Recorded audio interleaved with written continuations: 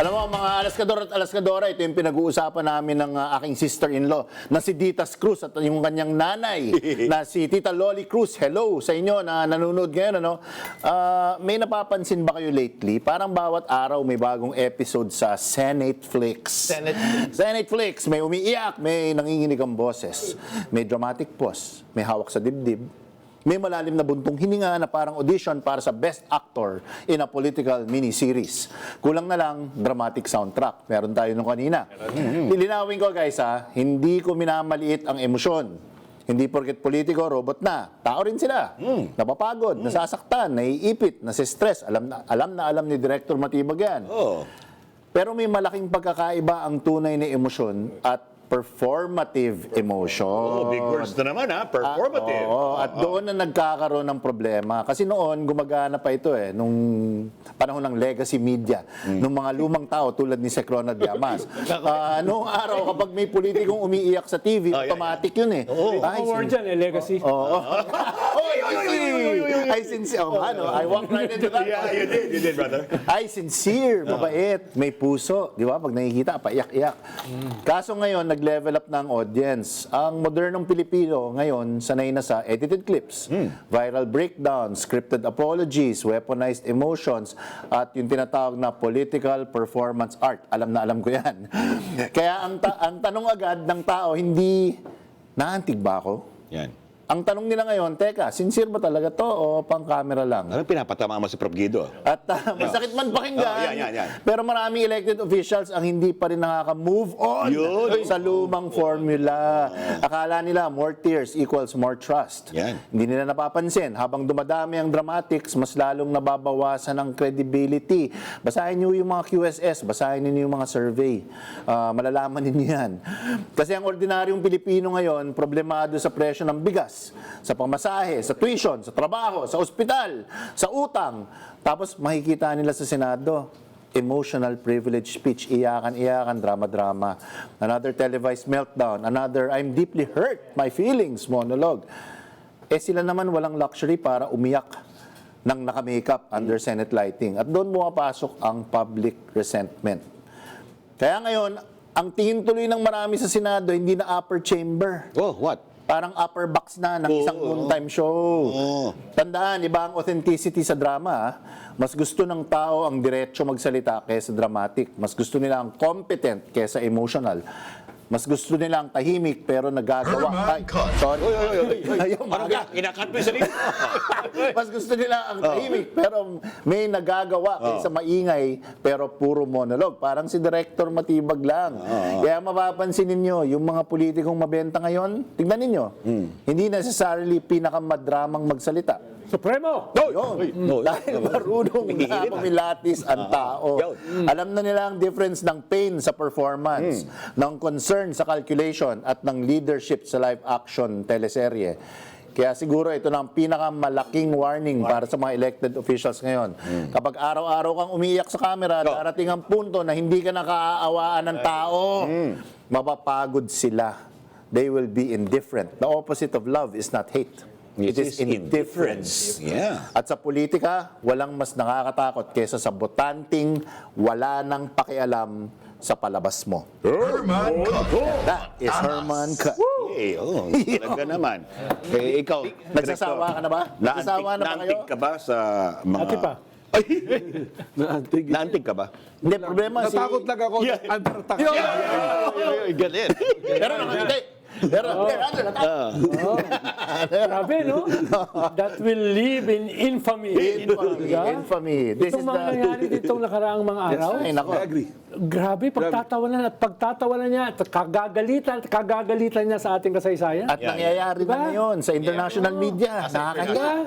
Lalo lang ngayon, pag nagmarka na yan sa SOCMED, hindi na mawawala. Correct. Once on the internet, forever on the internet. Grabe, di ba? Ang problema naman, ang dami nilang content. Talagang bigay sila ng bigay ng content para gawing meme. Hindi, pero ang gagaling ng mga bata ngayon, di ba? Gawa sila ng gawa gawa nila. AI. Hindi kailangan ng PR dyan. Lahat sila. Dapat tanggalin ng trabaho. Na-PR ko si Seth dahil ako ang gumawa nun. Nakita mo ba yung game? Oh, Ni, yung game, di ba? NBI. Ng NBI. Nakakabot yung isang puganting senador. Oh, pwede bang gumawa rin ng gano'n sa 4 alas? Nakabot si Prof. Dito. Pwede. Ang naririnig ko sa mga senador ngayon, lahat, si Senator Ping, si Senator Win, kung sino-sino pa, parang nawala daw yung trust sa Senado eh. Di ba? Parang, kumbaga, ang hirap ng ibalik nito sa pagkakalugmok. Kasi parang you do not know how low and lower and lowest can you get. Parang ganon. Ako, I will riff off what butihing Senator Ping Lacson said, no? Sabi niya, gusto ko na mag-resign, di ba? Sabi ni Sec Ronald, kinikwento. Parang tagulo na yan. Oo. at sinabi niya, di ba yung statement niya na, sabi niya, it is unthinkable na mas mataas ngayon ang tingin ng tao sa House of Representatives kesa sa Senado. Kasi hindi ho nangyayari yan, just for some context. That has never happened. Dahil ang House of Representatives, 300 yan. Big target, ang dali tirahin. Yung Senado, 24 lang ho yan. So traditionally, hindi balance ang scales in terms of public perception because they're a smaller target. Pero ngayon, mas angat pa yung Kongreso. Gano'ng kaysa sa kahalaga, Senado. Director, yung sinasabi ni Alan na performative? Parang ikaw sa trabaho mo, performative. Yung magpapresko mo na bago manghuli o manghuli mo na bago presko yung mga ganun. Wala ko dapat na Walang pinapanabahan. Easy. Yes. Mahal ka ba? Pag ganito ka muna. Mahal ka ba? Hindi, importante yun. Kasi mas gusto ng tao yung action, yung nakikita may ginagawa. Correct Correct. po. Mas kahit nga wala kang presko, yung tao na yung... Yes, agree. So, palagi ko, yun yung importante. And I agree with Alan Herman, yung sa German cat yan. Pero ano ba yun? Hindi ba PR yun? Hindi ba PR yun? Buti ka pa nag-agree. For the first time. For the first time. Hindi, baka discount kung sakali ko yun. Pero, Director, without compromising yung ginagawang operations, Yan. no? Sige nga. Meron ka bang ballpark figure, no? Na para naman yung tao kasi naghihintay eh. That's correct. Ang daming high value targets, walang nahuhuli. Meron ka bang ballpark figure, no? Katulad ni Ombudsman Boying Remulla, nag-umpisa siya noong Disyembre, na maraming makukulong. Yan. Tapos Marso, tapos Mayo. Ikaw ba may ganun ka rin bang predictions? Na, within this quarter, within this month, ay makakakita naman tayo kahit papano. No? Ang masasabi ko ngayon, immediately nung inutos ng DOJ na arestuhin, enforce yung warrant, I already established a dedicated tracking team, no? To locate. So, nag-backtrack kami, tinitingnan namin yung pagkilos kung saan. Pero napakahirap po mga kung kailan mo siya talaga mahuhuli. Unang-una, marami pong pumapasok na lead sa amin ngayon. At sinusundan namin yung iba. Gusto pang mambudol, manghihingi lang pala ng pera. Wala po kaming pinag-uusapang reward money rito. Pero ibig sabihin, parang in exchange of information, meron pong sinabi, pumunta sa Batangas, meron sa ganito. Ang dami po. But what I can share na without giving the specific details, there are 3 areas ngayon na amin pong talagang binabantayan.